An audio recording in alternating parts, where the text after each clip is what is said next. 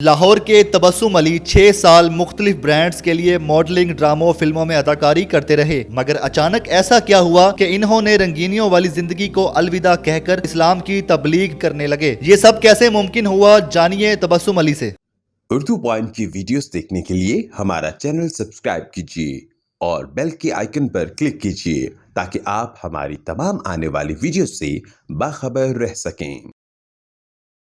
अस्सलाम वालेकुम, उर्दू पॉइंट में खुशामदीद। मैं हूं आपका मेज़बान उस्मान भट्ट। नाज़रीन, आज आपकी मुलाकात डॉल्फिन पुलिस के एक ऐसे अहलकार से करवाने जा रहे हैं जो माजी में मॉडल हुआ करते थे। कई रैंप पर इन्होंने कैटवॉक की, ब्रांड शूट किया, ड्रामास में अदाकारी की, फिल्मों में अदाकारी की, रंगीनियों वाली ज़िंदगी थी इनकी। और इसके अलावा पार्टीज़ करते थे, कपल डांस, दिन रात कुछ नहीं पता था कब दिन हो रहा है कब रात हो रही है। लेकिन अचानक से इनकी ज़िंदगी में एक नया रुख आया, इनकी ज़िंदगी बदल गई। ये हदायत के रास्ते पर आ गए, ये अल्लाह के रास्ते पर आ गए। इन्होंने अपनी उस रंगीनियों वाली ज़िंदगी को अलविदा कह दिया और दाढ़ी बढ़ा ली, सिर्फ अल्लाह अल्लाह करने लगे, मस्जिदों का रुख कर लिया, ख़ताब करने लगे, अजान भी देते हैं। इनकी ज़िंदगी में ये 5 साल कैसे पलट गया, इनकी ज़िंदगी के बारे में जानते हैं। हमारे साथ मौजूद हैं तबस्सुम अली साहब।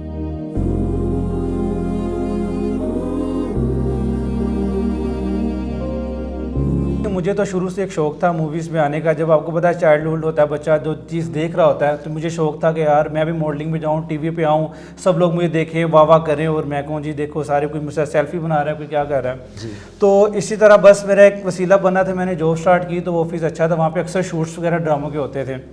तो इसी तरह वहाँ पर एक ड्रामे का शूट था, तो उनका एक करैक्टर मिस हो गया, मतलब किसी वजह से वो आ नहीं सका। तो उन्होंने हमारे बॉस से कहा कि हमें ना एक करैक्टर चाहिए तो अपने ड्रामे के लिए। तो मेरे बॉस को पता था कि मुझे शौक़ है, तो उन्होंने मुझे रेफ़र किया जी हमारे पास एक लड़का है तो तबस्सुम जो बहुत अच्छी एक्टिंग भी करता है, उसको शौक़ भी है। तो तब मैंने फिर वहाँ पे अपना पहला शॉट लिया, तो माशाल्लाह तब वहाँ से मेरा ना स्टार्ट हो गया, करियर का मेरे आगाज़ हो गया। तो फिर वहाँ से जब मुझे एच मिला तो काफ़ी, फिर उसके बाद मैंने शूट्स किए, फिर मुझे कॉल्स भी आना शुरू हो गई, तो वहाँ से फिर मेरा इसका स्टार्ट हो गया था। ठीक है, मॉडलिंग के बारे में बताएं, किन किन ब्रांड्स के लिए आपने मॉडलिंग किया है और किन किन मॉडल्स के साथ काम किया है? अदाकारी की तरफ जब आप आए हैं तो किन किन अदाकारों के साथ काम किया, ड्रामाज, मूवीज़ कौन कौन सी हैं? वो जो मेरा पहला ड्रामा था उसमें थे इमरान अरूज साहब थे, ठीक है, किरण नाज थी, उसके अलावा अपना कैसे कहते हैं डोली के साथ मैंने किया हुआ है, इस फैशन शो किए हुए हैं। मोहसिन बास हैदर है जो आप डीजे के नाम से आप सारे उनको जानते हैं, उनके साथ मेरा बड़ा अच्छा एक्सपीरियंस रहा। तेरी में लव स्टोरी मूवी थी तो उनके साथ मैंने एक मूवी की, तो मेरा अच्छा एक्सपीरियंस रहा था और वहाँ से मज़ीद मेरा शौक़ बढ़ गया था। जब आप शोबिज़ के साथ एसोसिएट थे, उस ज़िंदगी में आपने कितना लुत्फ़ उठाया, कौन कौन से मज़े लुटे, क्या क्या किया? लड़कियों के साथ भी उठना बैठना, डांस करना, कपल डांस जो होता है वो भी करते रहे आप, वो सारी ज़िंदगी बताएं, वो कैसी ज़िंदगी थी, सोते कब थे, जागते कब थे? उस ज़िंदगी में मैंने सब कुछ किया है सिवाय सुकून के। मेरी ज़िंदगी में सुकून के अलावा सब कुछ था, पैसा था, याशी थी, कोई पूछने वाला नहीं था कब जा रहे हैं कब आ रहे हैं, सब कुछ था, लेकिन मेरी ज़िंदगी में सुकून नहीं था। जितना मैं अर्न करता था उससे डबल मेरा कहीं ना कहीं इन्वेस्ट हो जाता था। मुझे समझ नहीं आती थी कि यार मैंने इतने कमाए हैं लेकिन मेरे पास फिर कुछ नहीं है, बैलेंस में मेरा फिर कुछ नहीं है। लेकिन मुझे चीज़ ने ना काफ़ी कश्मकश में डाल दिया कि ऐसा क्या है, मैं एक अच्छा अर्न कर रहा हूँ लेकिन मेरा उसी दिन या उससे नेक्स्ट डे मेरा कोई ऐसा मिसहैप हो जाता था कि मेरे डबल जो है ना एक्सपेंस हो जाता था। ठीक, तो बहुत से लोग ऐसे हैं सर, आना चाहते हैं शोबिज़ की तरफ, मॉडलिंग करना चाहते हैं, फिल्मों में काम, वो चाहते हैं वो इस ज़िंदगी को एंजॉय करें, वो ये ज़िंदगी जी कर देखें। तो वो लोग मतलब क्यों ऐसे करते हैं जब आप बता रहे हैं कि वहाँ पे ऐसा कुछ दिली सुकून ही नहीं है? हर एक की ख्वाहिश होती है, इंसान अगर कोई बंदा जॉब कर रहा है ना, उसके लिए ये है कि नेक्स्ट जो बंदा दूसरा है वो आसान जॉब कर रहा है, मेरी जॉब टफ है। इसी तरह जब मॉडलिंग का है ना, जब बंदा देखता है दूसरों को, जितना फेम है सिर्फ फेम है। मॉडलिंग में इसमें आता है सिर्फ फेम के लिए आता है और फेम के अलावा कुछ भी नहीं है इसमें। तो मेरा नहीं ख्याल कि मैं जो यूथ है उसको यही मैं पैगाम भी दूंगा कि इससे हट के आप अल्लाह के रास्ते पे आएंगे तो इंशाल्लाह आपको दुनिया का भी सुकून मिलेगा और आखिरत का भी सुकून मिलेगा। कितना कमा लेते थे आप मॉडलिंग करते हुए, एक्टिंग करते हुए, पर डे का या पर कॉन्ट्रैक्ट कितना करते थे? स्टार्ट में तो कम होता है लेकिन बाद में इतना होता है कि एक डे का अगर आप कमा लें तो आप 1 वीक ईजिली खा सकते हैं।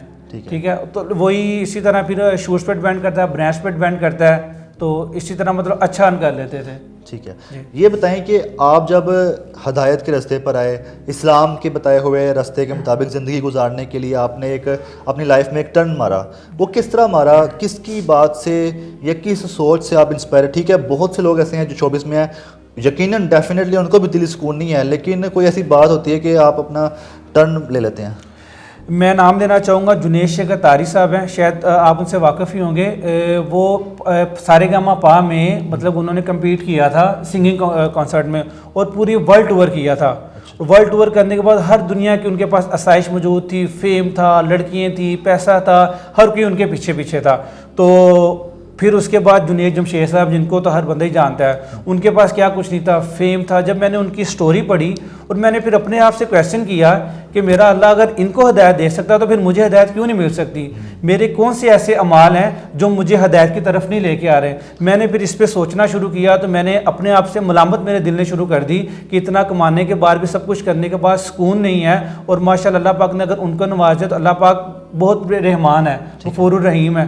तो मैंने उसकी कोशिश की है तो अल्लाह पाक ने मुझे इस कामयाब किया। ये जो दाढ़ी आपने बढ़ाई है, ये कितने अरसे में बढ़ाई है?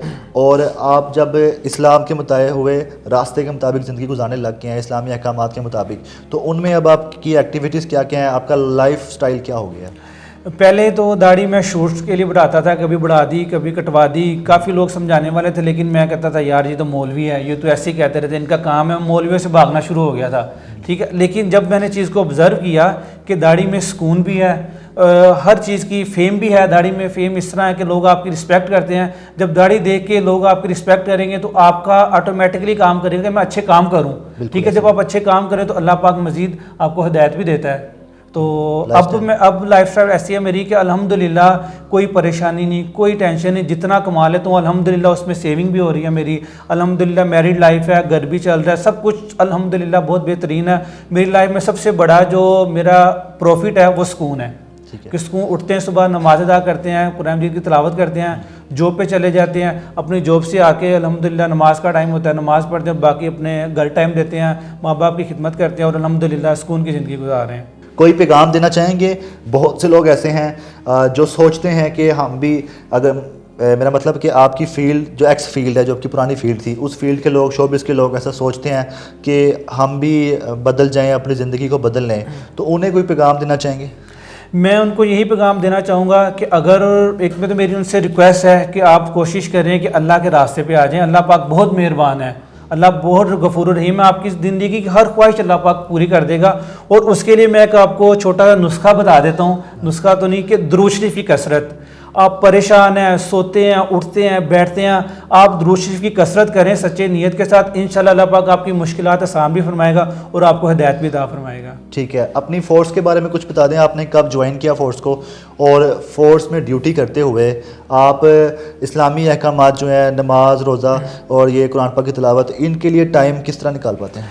मैं बल्कि ये भी ऐड करना चाहूँगा कि फ़ोर्स ने भी मेरी ज़िंदगी के लिए बहुत अच्छा अहम रोल अदा किया है, क्योंकि ये भी खिदमत है और खिदमत इबादत है, ठीक है। फ़ोर्स में जब ट्रेनिंग से लेके अब तक हमें स्पेशली नमाज के लिए टाइम दिया जाता है, तो मेरी नमाज की पंक्चुअलिटी मेरी फ़ोर्स ज्वाइन करने की वजह से भी हुई है। लोगों की हम खिदमत करते हैं बेलौस होके, लोग हमें दुआएं देते हैं, तो जो दिली सुकून मिलता है ना, वो दुनिया में आपको कहीं नहीं मिल सकता। जो अल्हम्दुलिल्लाह मुझे फ़ोर्स ने आके मुझे इज़्ज़त दी है, मुझे सुकून दिया है। मैंने 2017 में डॉल्फिन फोर्स ज्वाइन की है, तो अल्हम्दुलिल्लाह मुझे 5 साल हो गए हैं। तो काफ़ी मुझे फेम भी मिला है, मुझे सुकून मिला है, मुझे इज़्ज़त मिली है अल्हम्दुलिल्लाह। फोर्स में जाकर किसी से भी अगर आप नाम लेंगे तो मेरे लिए दुआ के अल्फाज निकले, क्योंकि अच्छा करने का कोशिश किया और अल्लाह पाक ने अच्छा किया।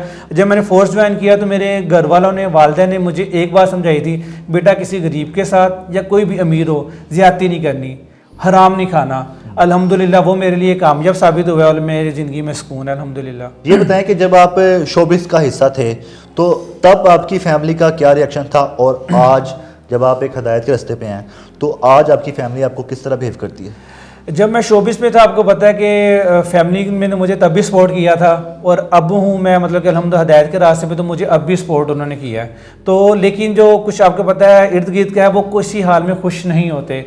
लेकिन जब मैं शोबिस में एक सक्सेसफुल पर्सन बन गया तो मैं जहाँ पे भी जाता था तो वो सारे कहते थे कि ये मेरा बेटा है, ये मेरा भतीजा है, ये इस तरह सब ने मुझे मतलब कि ना इज़्ज़त देना शुरू कर दी जब मैं शोबिस में अल्हम्दुलिल्लाह मेरा नाम हो गया था। तो लेकिन अब अल्लाह पाक ने जब मुझे हदायत दी तो अल्हम्दुलिल्लाह अभी वो प्राउड के साथ कहते हैं कि ये हमारा बेटा है अल्हम्दुलिल्लाह।